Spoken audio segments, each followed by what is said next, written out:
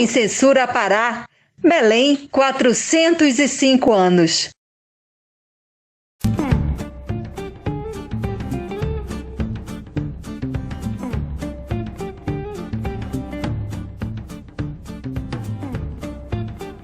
Já de volta com seu Sem Censura especial pelos 405 anos da cidade de Belém, estamos ao vivo e no final do programa de hoje temos sorteios bem especiais para você, não é isso, Rayana? É isso mesmo, e você, claro, não pode deixar de participar interagindo aqui com a gente no programa. No Twitter é só mencionar @semcensurapa ou enviar a sua mensagem de texto para o nosso WhatsApp. Anota aí, 988957957. Já estamos com ela que é professora da Universidade Federal do Pará, pós-doutora em Geografia e o que é mais importante para a gente é telespectadora assídua do Sem Censura Pará. Professora Gorete Tavares, seja muito bem-vinda. Para nós é uma satisfação enorme conversar com você justamente nessa edição especial do programa em que Belém comemora 405 anos. Vamos entrar numa máquina do tempo, vamos nos remeter um pouquinho lá em 12 de janeiro de 1616. O que foi a fundação da cidade de Belém àquela época?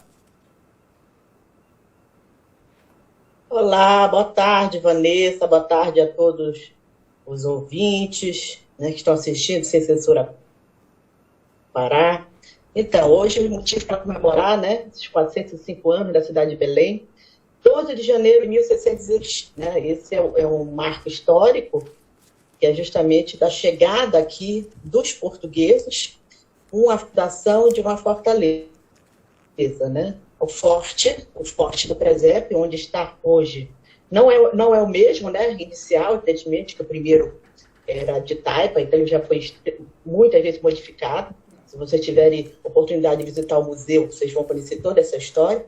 Mas esse momento é um momento importante porque vamos pensar em termos do que era essa geopolítica da Amazônia. A maior parte da Amazônia e do Brasil não pertencia a Portugal, pertencia à Espanha. Então, isso foi toda uma estratégia dos portugueses de avançar pelo litoral norte do Brasil, adentrar o Rio Amazonas, para ocupar esse território que não era português, era o momento da união da coroa, das duas coroas, então era Portugal e Espanha. Então, essa estratégia das fortalezas vai ser de fundamental importância. E por que Belém? Bom, era necessário fundar um ponto nessa entrada do grande rio Amazonas. Os historiadores, inclusive, já pesquisaram isso, têm escrito sobre isso. Poderia não ter sido Belém, tem hipótese, poderia ter sido na Ilha do Marajó, mais ou menos ali onde está Joanes, poderia ter sido em Mosqueiro. Mas a escolha de Belém está relacionada justamente a esse maior estreitamento do rio, a entrada, acho que não é no Amazonas. O Amazonas, quando ele chega na Ilha do Marajó, ele sai de forma livre do lado do Amapá, mas no nosso lado ele vai se encontrar com os outros rios, Tocantins, com a Bahia, com o próprio rio Guamá. Então, se nós olharmos e estivermos lá no Forte do Castelo, nós vamos entender essa estratégia. Porque, de um lado, nós temos o rio Guamá e, do outro, essa abertura dessa grande baía, da Baía do Guajará. Então, era a estratégia de um local fundar uma fortaleza no local mais alto da cidade. Mais alto da cidade, Vanessa, são 5 metros, naquele período. Mesmo hoje, os locais que podemos considerar mais alto da cidade são de 20, 25 metros, seria aquele corredor ali da Almirante Barroso.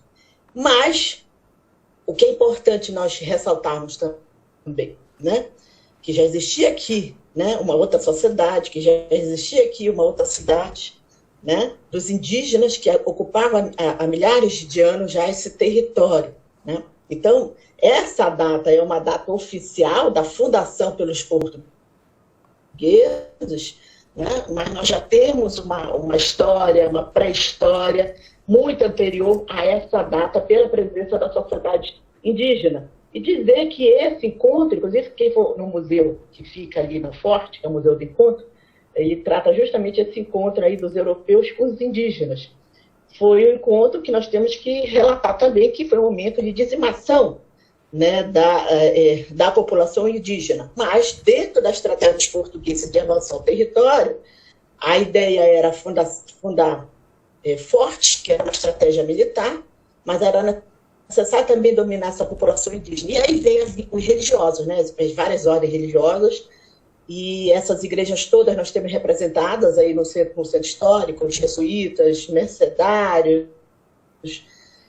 carmelitas, né, que vão justamente estabelecer esses aldeamentos indígenas para que pudesse dar valor econômico a esse território. E naquele momento, o valor econômico era principalmente essas ervas, as drogas do interior, né, as drogas do sertão, do interior da região. Quem sabia justamente esse processo de coleta, nesse momento, vai ser os indígenas, e não a estratégia anterior, que no litoral nordestino, de trazer a população africana. Ela só vai entrar, os africanos vão entrar na Amazônia, mas com maior intensidade a partir do século XVIII, do período, né, do Pombalino, né, do Marquês de Pombal, né? Então, aí inicia-se esse núcleo inicial, ali no entorno do forte, né? A fortaleza, né? A primeira igreja, né, fundada dentro do forte, a primeira igreja também fundada ao lado do forte, onde hoje está o Sacra, e as outras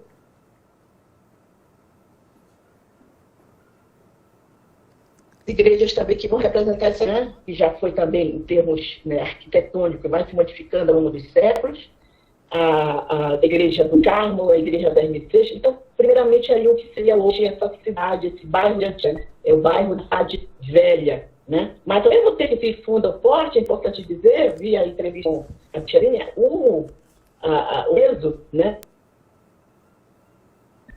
E a seção do Vero Peso também, 11 anos.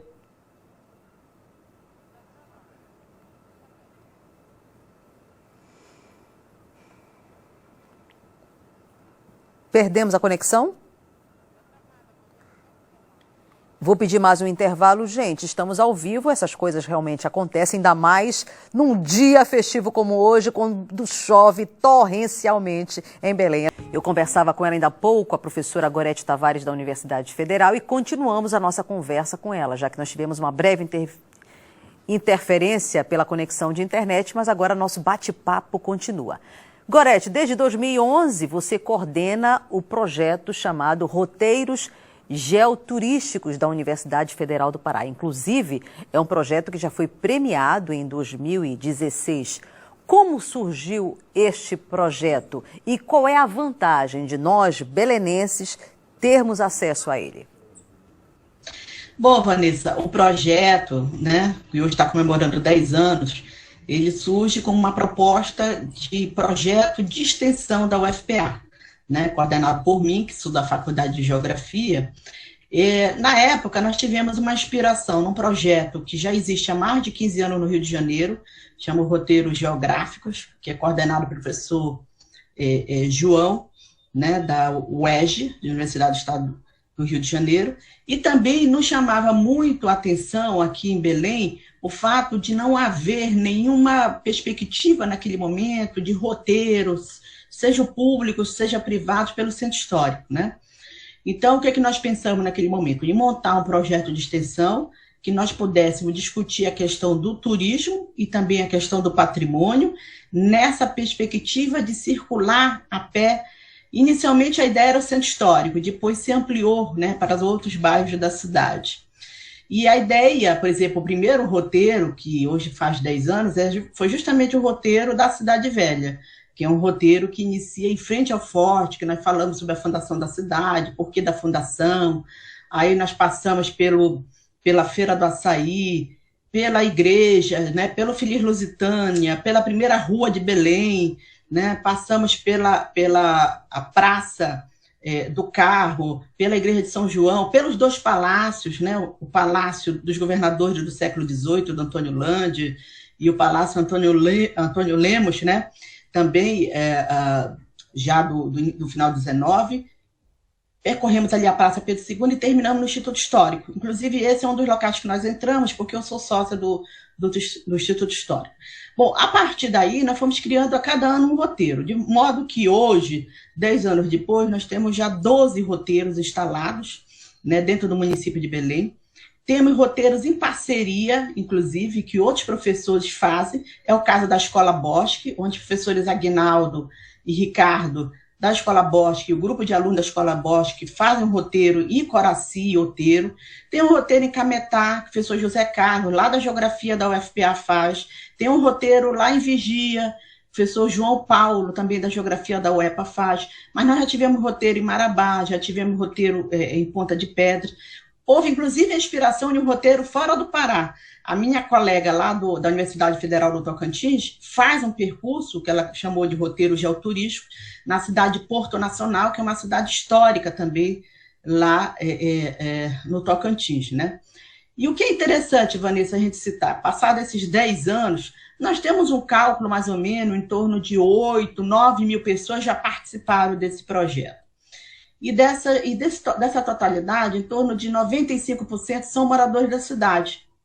Ou seja, o projeto ele é importante para o morador da cidade, antes de tudo. Para o turista é importante, mas quem tem frequentado é principalmente o morador da cidade.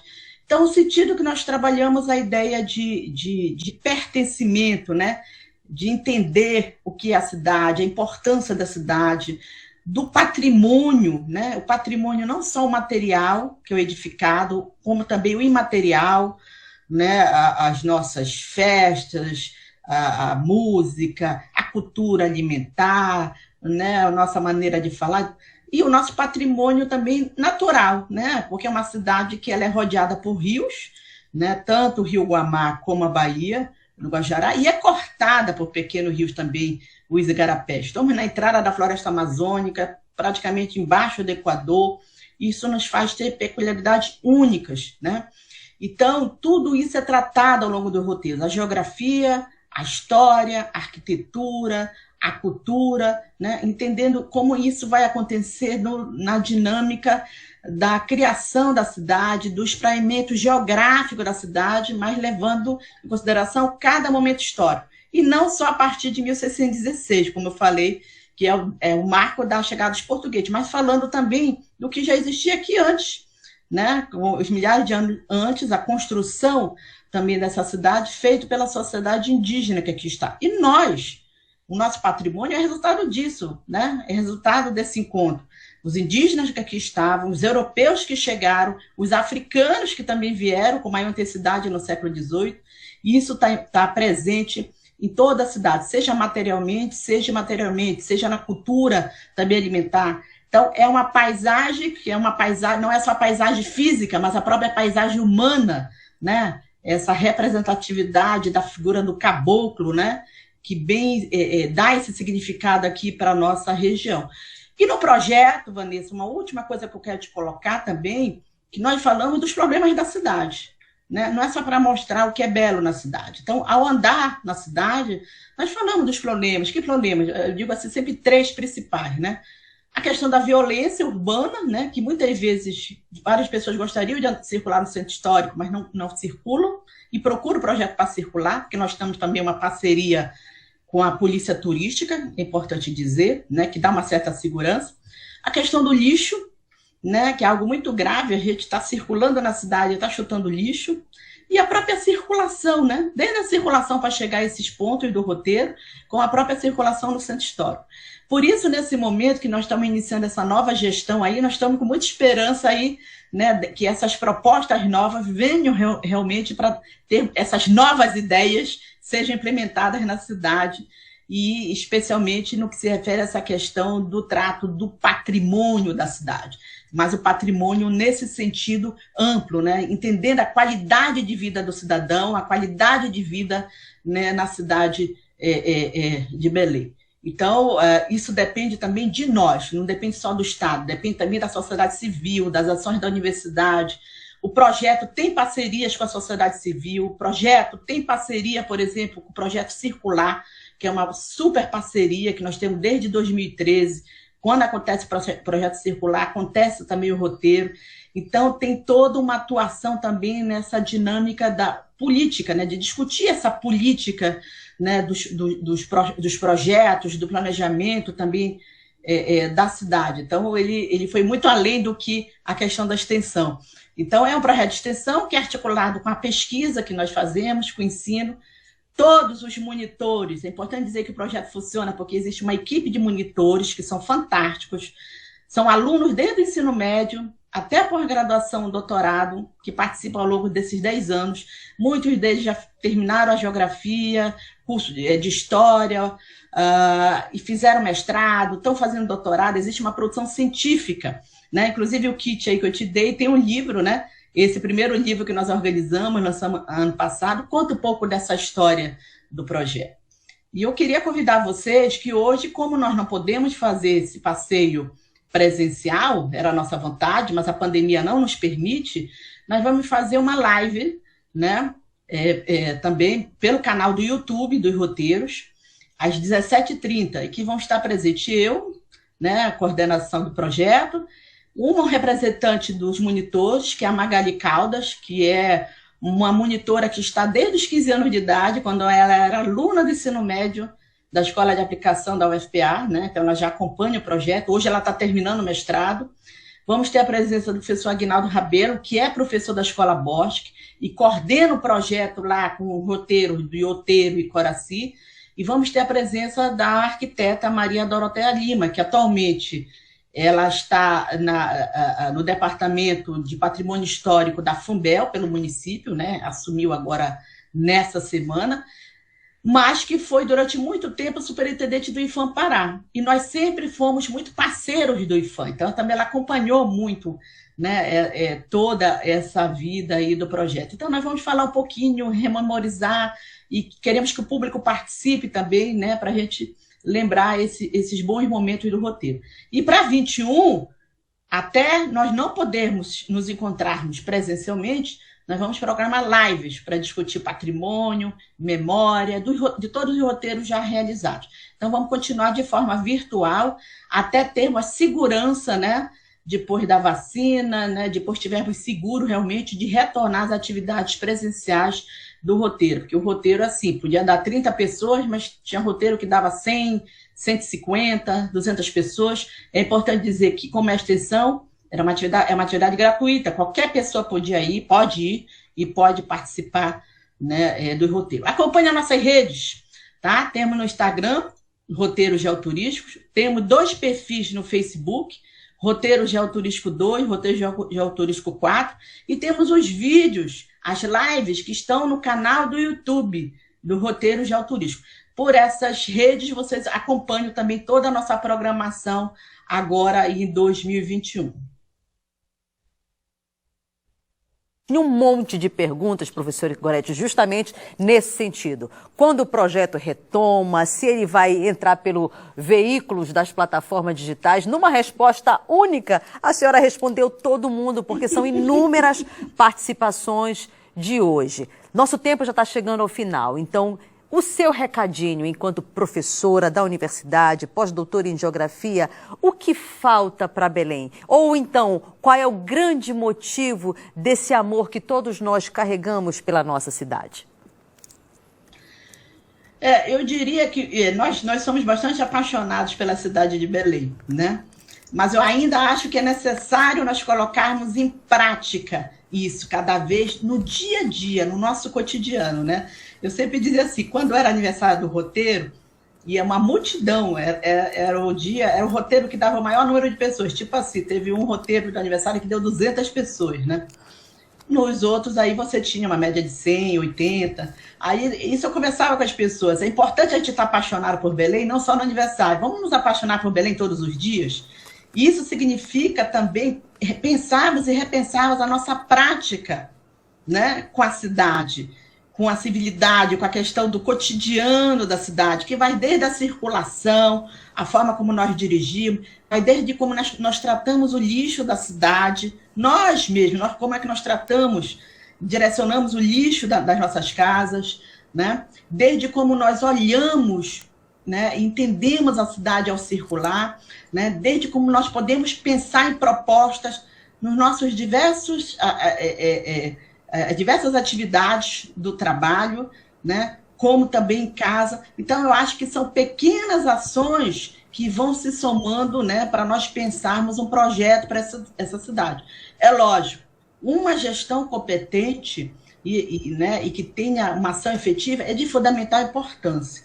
Então, portanto, nesse momento, nós estamos extremamente esperançosos assim, com essa nova gestão que está assumindo aí do prefeito Edmilson Rodrigues, que é arquiteto, é também geógrafo, que ele fez doutorado na geografia, e tem uma equipe fantástica aí também, já colocada no primeiro, no segundo escalão, né?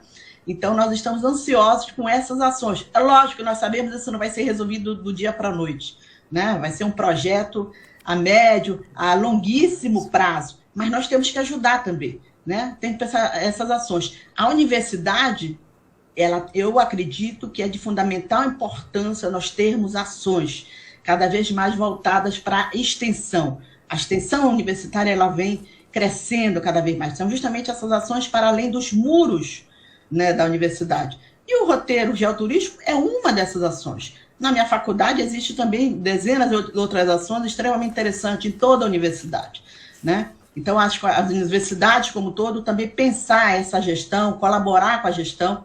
Vários colegas agora também, alguns colegas assumiram, né, as secretarias do município. Então, ao mesmo tempo, eu penso que a sociedade civil tem que continuar organizada. As associações, né, são os coletivos, é de extrema importância nós ouvi-los para pensarmos também no planejamento da cidade, porque é uma cidade bastante desigual, né, a nossa, né, do ponto de vista socioeconômico. Então, nós temos que pensar nisso, inclusive dentro da área do patrimônio histórico, né, nós temos desigualdade dentro da área do centro, que é tombado, né, e isso tem que ser pensado também na esfera do planejamento, essas especificidades, né, da cidade de Belém. Então, é uma equação extremamente difícil, mas nós estamos extremamente esperançosos. A mensagem é amar Belém cada vez mais e pensar nessas ações efetivas para nós termos uma gestão efetiva da cidade. E a sociedade civil, a universidade, o poder público, né, como também os empresários, têm um papel fundamental nisso, todos. Professora Gorete, muito obrigada pela sua participação. Um beijo no seu coração, querida.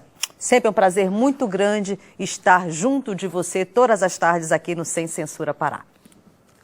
Um beijo. Eu que agradeço o convite, né, nesse dia especial dos 405 anos da cidade, nos 10 anos do projeto, né, e um abraço e um beijo muito grande aí para todos que estão assistindo o Sem Censura Pará. E eu aguardo vocês às 17h30 na live dos Roteiros. Acesse lá no canal do YouTube dos Roteiros, que vai estar iniciando a nossa live. Vamos então a um breve intervalo, gente. Na volta do bloco, o nosso assunto é gastronomia com o Rubão. A gente volta já já.